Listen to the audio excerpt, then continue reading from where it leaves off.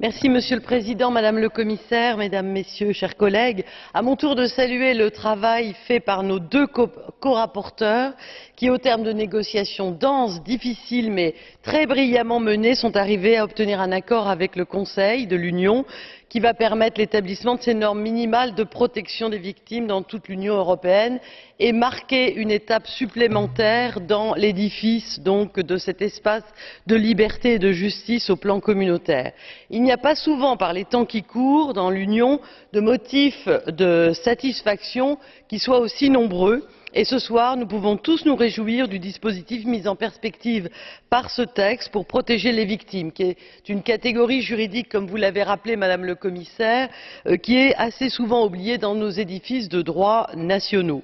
Rendre justice aux victimes, c'est les protéger, c'est leur faciliter l'accès à la justice, c'est les soutenir, leur permettre une réparation légitime. C'était donc essentiel d'avoir cette approche coordonnée et intégrée en faveur des victimes. Plus particulièrement, je voudrais me féliciter sur 3 points que le Conseil ait accepté en large partie. Premièrement, la protection accrue des enfants. Une attention particulière a été spécifiée aux enfants dans ce texte et à leurs besoins, à leur fragilité en termes de protection. C'est fait par ce texte et en particulier